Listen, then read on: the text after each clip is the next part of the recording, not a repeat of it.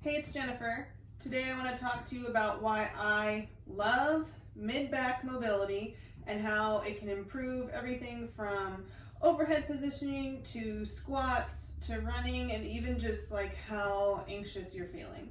So when I say mid-back, I'm talking about kind of this region between the shoulder blades. So basically where your neck connects to your torso down to like where a bra strap would be.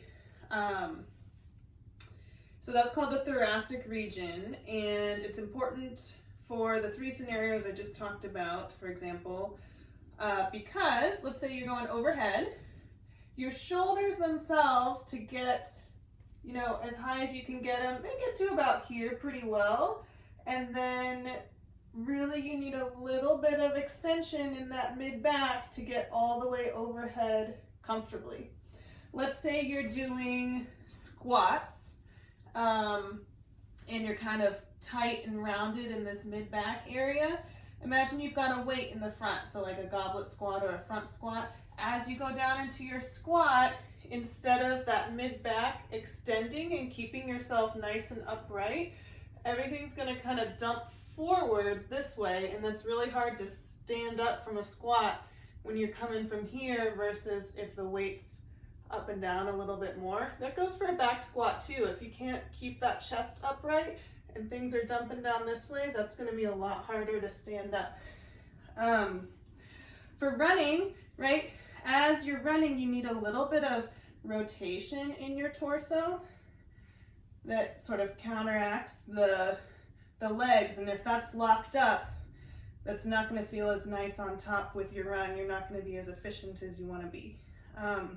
And then actually there's some emerging evidence that like mobilizing that area can actually just help you feel like calmer and more relaxed, because there's like a big chain of fight or flight nerves that live right next to the spine in that area, and moving things around a little bit in there may actually help you feel less fight or flighty, so more calm and relaxed. So anyway, what are my favorite ways to work on the thoracic spine? So if you don't have any equipment, you can just lie on the floor. You're gonna have one leg straight out, and then the top leg is like rolled over onto the floor, and you're lying on your side. Arms are in front of you like this, so from the other angle here. And then one thing you can do is just open up like you're opening a book.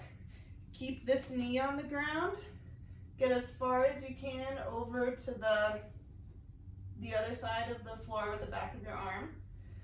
While you're there, take a deep breath, imagining your ribs expanding in all directions. So not just forward, backwards, but 3D. And then come back.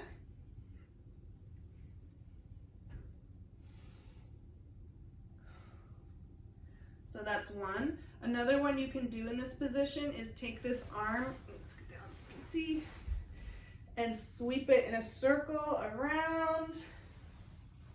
Don't run into stuff. That way, so getting a little bit more mobility going there.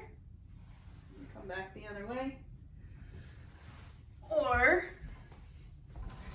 getting into like a half kneeling position here. Whatever leg you've got up, your hand on that side is going to come inside your foot, and you're going to do a thread the needle, reaching through, and then opening up this way. Watch your hand as it goes up towards the ceiling. Okay, if you do have a foam roller, foam rolling is always great. I would just advise you, a lot of people kind of foam roll this area like this, and you'll notice that you're still kind of curved forward in that, like hunched forward over our phones and desks and laptops and books and everything that we always do. So we want to encourage a little bit of opposite motion, opening up that way. So just support your head with your arms, let yourself arch over that foam roller, and then go up and down that way. Okay, I love the thoracic spine. If I couldn't work on anything else in a day, that's what I would work on. And I hope that you can try some of these and feel a little bit better yourself.